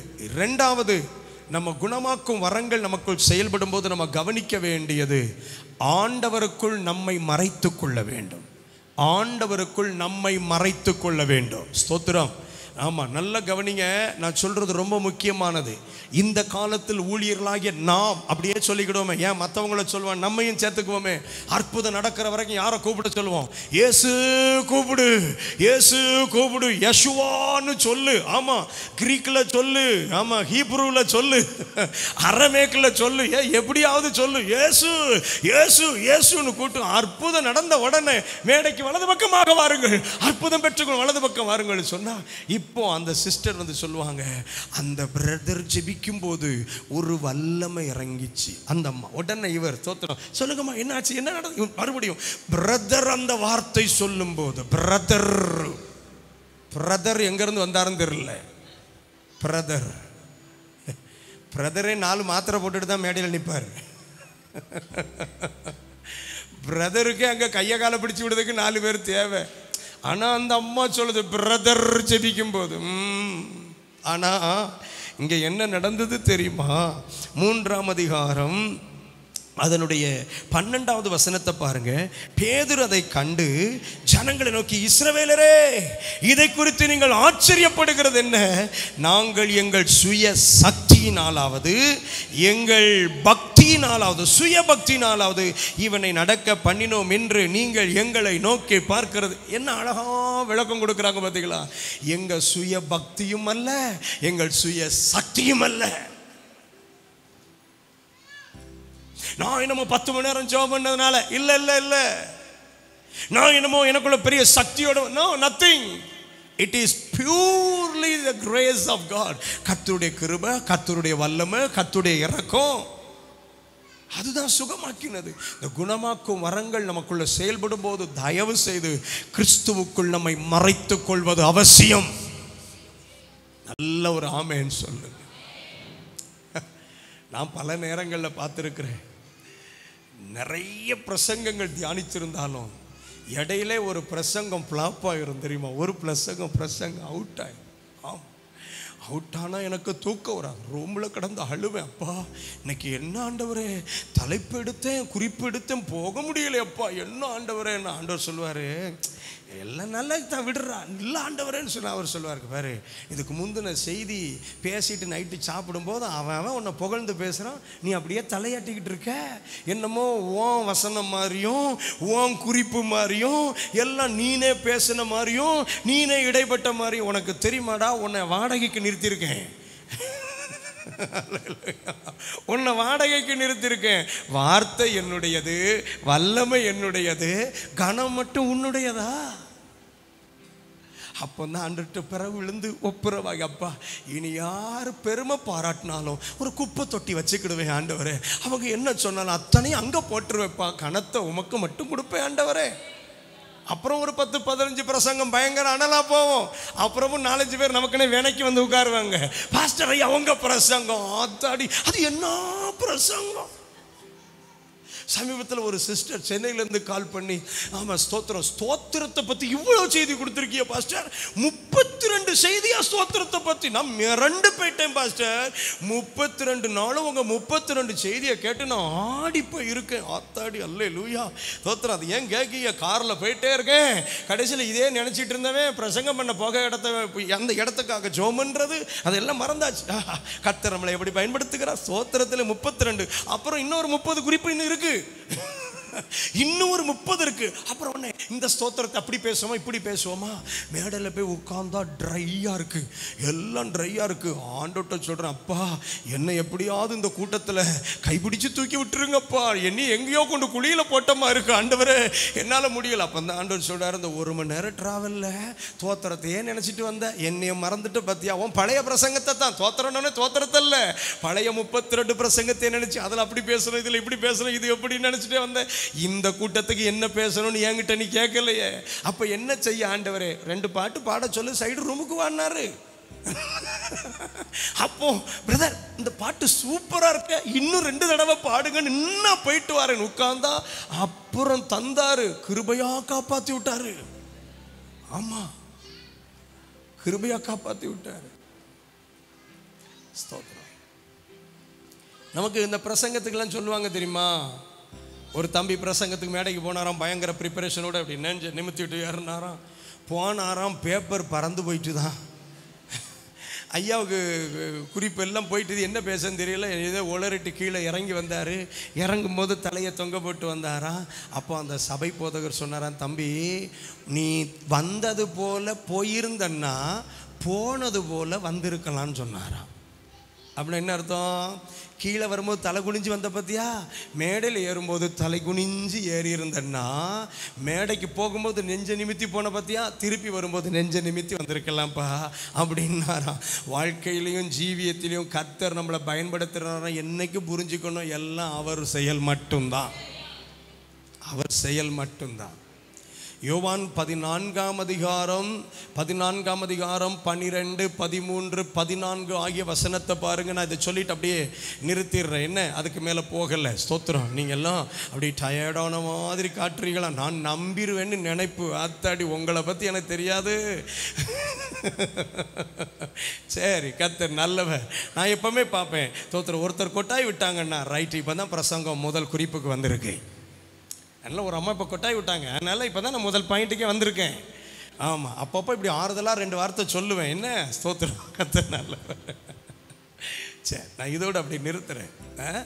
ஆமாம், கர்த்தர் நான் மகிமைப்படுவதா. யோவான் 14ஆம் அதிகாரம் அதில் 12, 13, 14 ஆகிய வசனங்களை பாருங்க. மெய்யாகவே மெய்யாகவே நான் உங்களுக்கு சொல்லுகிறேன், நான் என் பிதாவினிடத்திற்கு போகிறபடியால் என்னை விசுவாசிக்கிறவன் நான் செய்கிற கிரியைகளை தானும் செய்வான், இவைகளை பார்க்கிலும் பெரிய கிரியைகளையும் செய்வான். பார்த்தீங்களா என்ன அழகா சொல்றாரு. நம்மெல்லாம் இந்த ஒரு வசனத்தை பிடிச்சா கொஞ்சம் பண்றது, ஆண்டவரே நீர் செய்த கிரியைகளை நான் செய்வேன் என்றும், ஹல்லேலூயா, உம்மை காட்டிலும் பெரிய கிரியைகளே, அப்பா பயங்கர எழுப்புதல். வீட்டில் நம்ம மனைவிக்கு தெரியும் உண்டான கிரியை செய்யாத சுவம்பேரின்னு தெரியும். சிஸ்டர், வீட்டை பெருக்கி 5 நாள் ஆச்சு, பாஸ்டர்கிட்ட ஃபோன் பண்ணி விசிட்டிங் எப்போ வருவியன்னு கேட்கறது எதுக்கு? அதுக்கு தான். அவர் வந்ததுக்கப்புறம் தானே அங்கங்கே இருக்கிற சில தோத்திரம் ஆமென் கொடிகள்லாம் இறக்கப்படும். சில கட்சி கொடிகள் எல்லாம், புரிந்து கொள்ளுங்கள், கர்த்தருக்கு ஸ்தோத்திரம், கொடிகள்லாம் இறக்கி கொண்டு போய் ஒதுக்கி அப்பா ஒற்றை அடிச்சு அத்தாடி பார்த்தாருன்னா அடுத்த வார பிரசங்கத்துக்கு நம்ம வீட்டையே வச்சு தாளிச்சு விடுவாரன்னு பெருக்கி எடுத்து எத்தனை மணிக்கெல்லாம் கேட்டு டிவியை 2 மணி நேரத்துக்கு முன்னாடி ஆஃப் பண்ணி ஃபோனெல்லாம் எடுத்து வச்சு அப்படி பைபிளை திறந்து வச்சு படிச்சுட்டு உட்காந்துருப்போம் பாருங்க. பாஸ்டர் பாப்பாரா, அல்லேலூயா, நான் பரலோகம் போறேன்னு இல்லையாப்பா, இந்த விசுவாசி நிச்சயம் போகும். ஆண்டவர் சொல்வாரு, நீ ஒருவேளை வந்தாலும் வரலாம்ப்பா, இது ஜென்மத்துக்கும் வராது. ஏன் நான் ஃபோன் பண்ணிட்டு வரமாட்டேன். ஏசு சொல்லுவார், நான் வருகை ஃபோன் பண்ணிட்டா சொல்லிட்டு வருவேன், இன்னும் 1/2 மணி நேரத்தில் வருகை இருக்கும்னு சொன்னா நம்ம ரெடி ஆயிருவோன்னு தெரியும். அதனால யாக்கும் டேட்டும் டைமும் அவர் சொன்னதில்லை. ஹலோ, ஆமா. அப்போ ஒரு காரியத்தை நம்ம மனசுல வச்சுக்கணும். இயேசு சொன்னாரு, ஆனா சொல்லிட்டு அடுத்து என்ன சொன்னார் தெரியுமா? 13ஆம் வசனத்துல, நீங்கள் என் நாமத்தினாலே பார் கிரியை நடக்கணும். என்ன செய்யணும் தெரியுமா? நீ கேட்கணும். கேட்கணும்னு என்ன அர்த்தம்? ஜெபம் பண்ணணும். have to pray for that. நீ கேட்கணும். சரி, கேட்டாலும் அடுத்து என்ன சொல்றாரு? குமாரனில் பிதா மகிமைப்படும்படியாக 3 பார்ட்டா அதை வச்சிருக்கிறாரு ஆண்டவர். 1, நீ ஜெபம் பண்ணு. 2வது நான் செய்வேன். 3வது மகிமை பிதாவுக்கு பார்த்துக்க. அல்ல, என்னிலும் பெரிய கிரியைகளை செய்வேன் அப்படின்னு சொல்லிட்டு இப்ப சொல்றாரு, நீ ஜெபம் பண்ணு, நான் செய்வேன். யாருக்கு மகிமை? கிரெடிட்டை எடுத்த அன்னைக்கு நம்ம சிக்கிட்டோன்னு அர்த்தம். ஒரு ஊர்ல ஒரு பாம்பாட்டியும் பாம்பு இருந்தாச்சா. இந்த பாம்பாட்டி நல்ல மகுடம் ஓதுவானா, பாம்பு சூப்பராக ஆடுமா, துட்டு நிறைய கொடுப்பாங்களாம். இந்த பாம்பாட்டி அந்த துட்டில் எல்லாத்தையும் தனக்கு வச்சுக்கிட்டு டெய்லி ஒரு முட்டையும் ஒரு கிண்ணம் பாலும் தான் பாம்பு கொடுப்பானா. பாம்பு பால் குடிக்காது. ஆமாம், நீங்கள் அறிவியல் படித்தவங்ககிட்ட கேளுங்க, பாம்பை பற்றி தெரிஞ்சவங்ககிட்ட கேளுங்க, பாம்பு பால் குடிக்காது. நம்ம ஆளு கதவுட தான் பால் குடிக்குதுன்னு. ஆமாம், முட்டையை திங்கும். இதெல்லாம் கொடுத்தா பாம்பு நினைச்சது ஆடுறதுன்னா துட்டெல்லாம் உனக்கா, நான் எவ்வளோ கஷ்டப்பட்டு ஆடுதேன். நீ மகனோ ரோட்டில் ஓரத்தில் உட்காந்து ஊதி எவனா துட்டு கொடுப்பானே, ஒரு பையில கொடுக்க மாட்டான். நான் வந்து ஆடுறதுனால தானே கொடுக்கும். அதனால் பாம்பு நினச்சிதான், நாளைக்கு நீ காட்சியை தொடங்கும் போது நான் வெளியே போவேன், நீ கண்ணை மூடிட்டு ஊதிட்டு இருப்பல்ல தம்பி, நான் பின்னாடி போயிட்டு அடுத்த தெருவில் போய் ஆடுவேன். அப்போ எல்லாரும் யாருக்கு துட்டு போடுவார்கள்? எனக்கு போடுவார்கள். அந்த துட்டை கொண்டு போய் நான் என்னை வளர்த்து கொள்வேன். பாம்பு நினைச்சதான். பாம்பு எப்படி பாஸ்டர் இப்படி நினைக்கும்லாம் கேட்டுறாதீங்க. கதைக்கு கண்ணும் கிடையாது, காதும் கிடையாது, மூக்கும் கிடையாது. அடுத்த நாள் வந்தது. தக்க சமயம் வரைக்கும் பாம்பு காத்திருந்தது. மகுட ஊதி அப்படியே தட்டை திறந்தான் பாருங்க, பாம்பு சல்லுன்னு வெளியே வந்தது. 2 தெருவுக்கு தாண்டி போய் படம் எடுத்து ஆடினது. ஊரில் அவ்வளவு கம்பெடுத்து சொன்னா, ஏலங்க ஒரு பாம்பு வந்திருக்கு, அடிச்சு கொள்வோம் வாருங்கள்னு சொல்லிட்டு கம்பை தூக்கிட்டு வர்றதை பார்த்துட்டு பாம்பு சர்ன்னு திரும்ப வந்து இங்கே ஆடிக்கிட்டே நினச்சிதான், பாம்பாட்டி கூட இருக்கிற வரைக்கும் தான் சார் நமக்கு மரியாதை. பாம்பாட்டியை விட்டு என்னைக்கு தனியாக போய் ஆடுறோமோ அன்னைக்கு நமக்கு இறுதி மரியாதை.